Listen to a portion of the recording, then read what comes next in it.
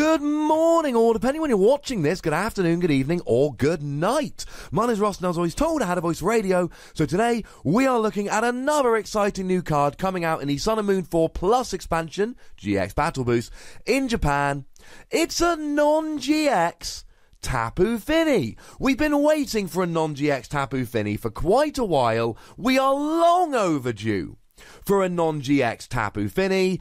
I, for one, am excited. Let's see how good it might be. This card was revealed exclusively on PokeBeach.com this morning. At the time of recording, they are the only outlet that currently have a version of this card. Lovely website. Make sure you check them out. So Tapu Fini is a water Pokemon, which is good because fire decks are running rampant at the moment with Volcanion and Ho-Oh and Turtonator and Salazzle. Although do remember that Ho-Oh is not weak to water, it is weak to electric. But at the most recent standard format regional, it took 3 of the top 8 places. No other deck took more than 1. Water is a good type to be hitting at the moment. You are weak to grass, which would be an issue because of cards like Tapu Bulu and Golisopod. But the thing is, they both hit for 120 as their basic attack, and you've got 120 HP. So it doesn't really matter, you're going to be hit regardless of weakness. Although I should mention very quickly that Tapu Bulu's Horn Attack will get a 2-hit KO, which is a slight issue here. 120 HP on a basic is fine, and being a basic you could always use Fighting Fury Bout to up your HP while doing 10 more damage, or you could use a Choice Band to do an extra 30 damage. That is very much up to you. And the retreat cost of 2, as I've said in many a video, is literally the worst retreat cost in the Pokemon trading card game, because 1 means you can retreat with 1 basic energy, 3 means you can use Heavy Ball, 2 is just rubbish. Never mind. Now the first attack here for 1 water, 1 colourless energy, does 30 damage plus sleep. Now weirdly enough, I did a video yesterday about Shinotic, or maybe I'm doing a video tomorrow about Shinotic. I suppose it depends in which order I actually upload them. That for a coloured and a colourless energy did 30 damage plus sleep. It is the exact same attack. Unfortunately, I don't think it's particularly good. Now I like this more on a basic than I do on a stage 1. You could always use Max Elixir to get the energy, and actually, given that Tapu Fini is a water Pokemon, I suppose I should give shoutouts to a couple of other cards. How about Aqua Patch, which is just an item card that allows you to attach a water energy from your discard to one of your benched water Pokemon? That's quite nice, means you can get the energy on here much more quickly, makes water Pokemon generally more viable. And of course you've got Brooklet Hill, which is a nice stadium that allows you once per turn to search for a basic water or fighting Pokemon and pop it straight onto your bench. And good news, ladies and gentlemen, because Tapu Fini is a basic water Pokemon, so can be searched out very nicely, very quickly, very easily, using Brooklet Hill. So I like this attack more than I like Shinotic's. I'm using a picture of the grass Shinotic here because the new one was just a fairy version of it and this one's in English. But you know what? It's still 2 energy for 30 and sleep. On a basic with Aqua Patch is better, but no. I'm not loving it, ladies and gentlemen. I am not loving it at all. The reason it gets its own video rather than being chucked into a, hey, here's some other cards you might want to know about video, is because of the second attack. And the second attack here, for a water and 2 colourless energy, this means you can use double colourless energy, and don't forget we've got Aqua Patch as well, so you could just go Aqua Patch, double colourless, chuck it in the active. 60 damage if you healed any of your water Pokemon this turn. This attack does 60 more damage. Now this I like. Now at this stage I suppose we should probably mention Rough Seas. In Expanded this is beautiful because Rough Seas just allows you to heal very nicely. The problem is we don't have Rough Seas in Standard at the moment. Now it's not the end of the world. We've got plenty of healing cards that we can use. We've still got Potion. We've still got Max Potion. So we've got plenty of options here. But I really like this because 120 is a brilliant amount of damage to be hitting. If you're against something like a Volcanion, for instance, you're hitting 240. it goes down. If it pops a Fighting Fury bout on, you're still hitting 240, it's got 220, it goes down. If you're against a Turtonator, they've got 190 HP, they go down. If they put a Fighting Fury bout on, they go up to 230, and they still go down.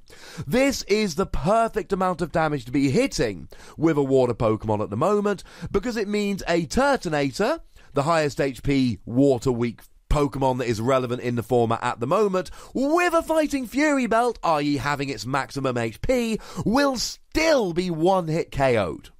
That is very nice indeed. Not to mention that 120 will get a one-hit KO on, for instance, the Tapu Lele, more on that in a minute. It's only got 110, or an Oranguru that a lot of people are playing, or an Octillery that a bunch of people are playing.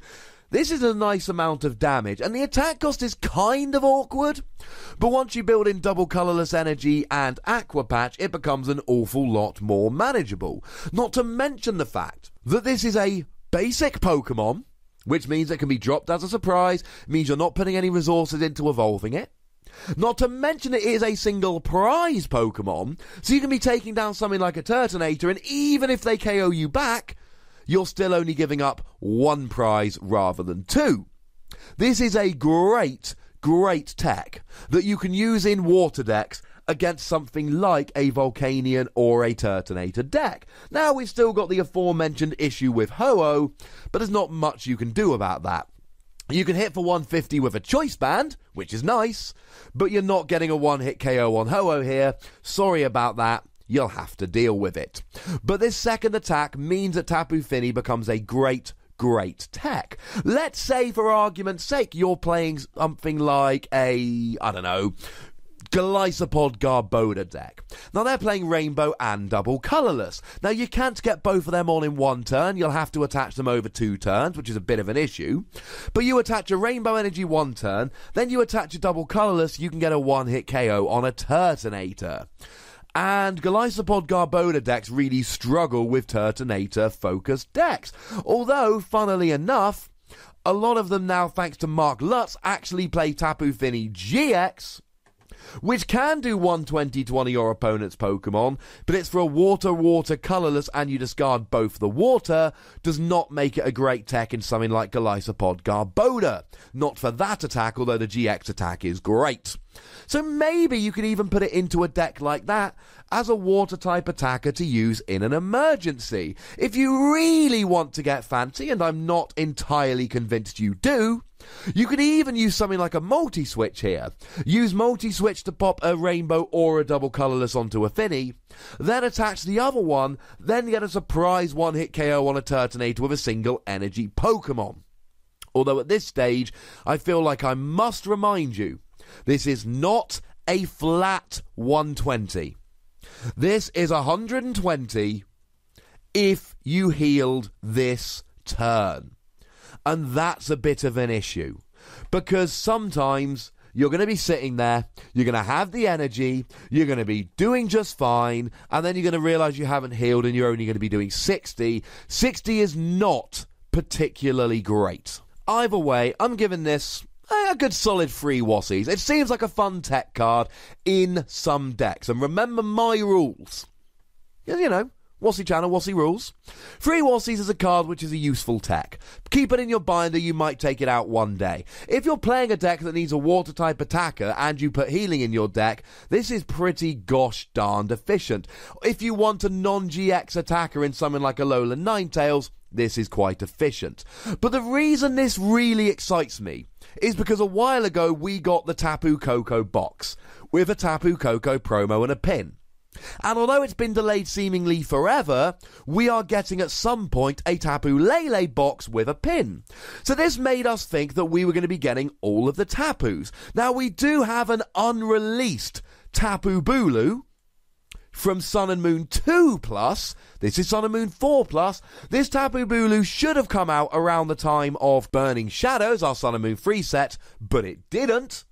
And weirdly enough, for a grass double colourless, 60 damage, 120 if you've used your GX attack this game. So even though they're released kind of 2 sets apart, they still have some similarities in how their attacks work. For 1 grass, 1 colourless, 30 damage and heal 30. So again, very similar card.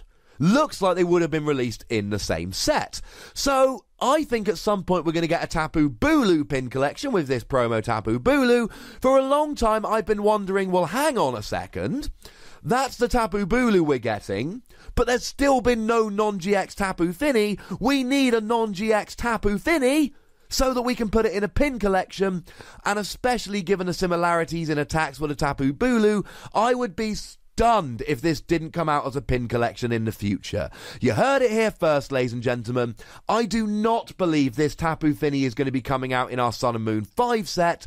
I think it is overwhelmingly likely that we are going to be getting a Tapu Fini pin collection with this Tapu Fini, and a Tapu Bulu pin collection with this Tapu Bulu. I called it, ladies and gentlemen. It's not the most difficult prediction to make, but I feel good about it. But anyway, I want to know what you think about this Tapu Fini, so let me know in the comment section. Go nuts! Be nice!